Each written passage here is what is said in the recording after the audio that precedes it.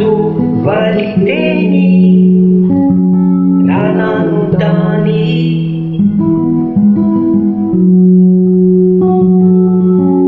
tsy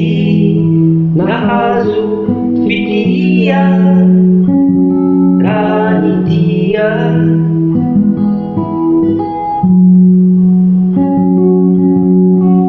mafy loatra ny manjoazy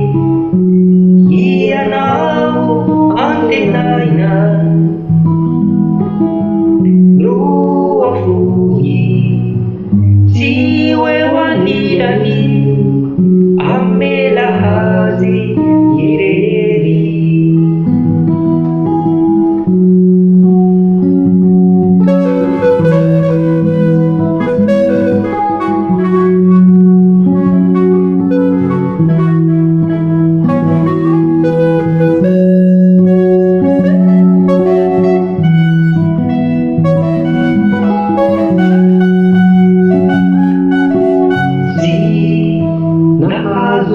zay nirina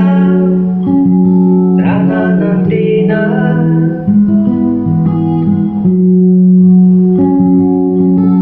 tsy nahazo izay tina raha nisafiny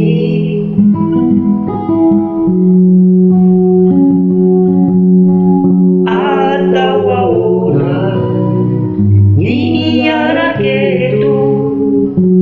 ka tsy hisy fijaliana ahoana loatra balaza ny tsy misy fahoriana